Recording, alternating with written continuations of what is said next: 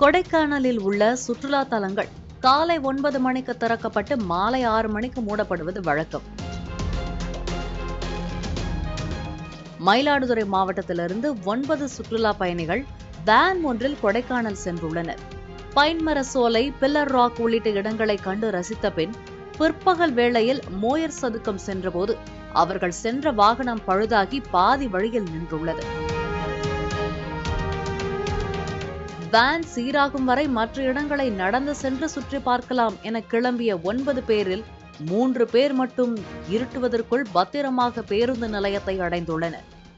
மற்ற 6 பேரை செல்போனில் அழைக்க முற்பட்ட போது சிக்னல் கிடைக்கவில்லை என்று கூறப்படுகிறது. மாலை 6 மணிக்கு சுற்றுலா தலங்கள் அனைத்தும் மூடப்பட்டு வியாபாரிகள் அனைவரும் சென்றுவிட்ட நிலையில் வழிதவறி சென்ற 6 பேரும் இருளில் திக்கு தெரியாமல் சுற்றி உள்ளனர். வேன் பழுதாகி நின்ற இடத்துக்கு நடந்தே சென்றவர்கள் வழியில் காட்டெருமைகளை பார்த்து அதிர்ச்சி அடைந்துள்ளனர்.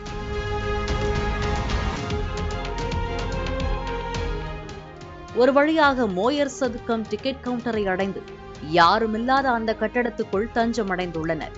இதனிடையே பேருந்து நிலையத்தில் இருந்தவர்கள் வனத்துறைக்கு தகவல் தெரிவித்துள்ளனர். சுற்றுலா வேன் ஓட்டுநர்களின் உதவியுடன் தேடுதல் வேட்டையில் இறங்கிய வனத்துறையினர் மோயர் சதுக்கம் வந்தடைந்த போது டிக்கெட் கவுண்டரில் தஞ்சமடைந்தவர்கள் அவர்களை பார்த்துவிட்டு கண்ணாடி ஜன்னல் வழியே செல்போன் டார்ச்சை ஒளிர விட்டுள்ளனர்.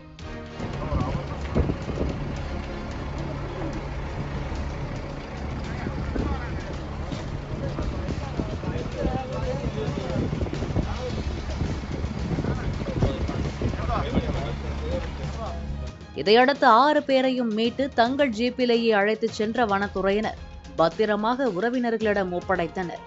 சுற்றுலா தலங்களுக்கு வருபவர்கள் உடன் வருபவர்களை விட்டு தனியாக பிரிந்து செல்லக்கூடாது என்று வனத்துறையினர் அறிவுறுத்தும் நிலையில் மாலையில் சுற்றுலா தலத்தை பூட்டுவதற்கு முன் பயணிகள் யாராவது இருக்கின்றனரா என சோதனை செய்ய வேண்டும் என சுற்றுலா பயணிகளும் வேண்டுகோள் விடுத்துள்ளனர்.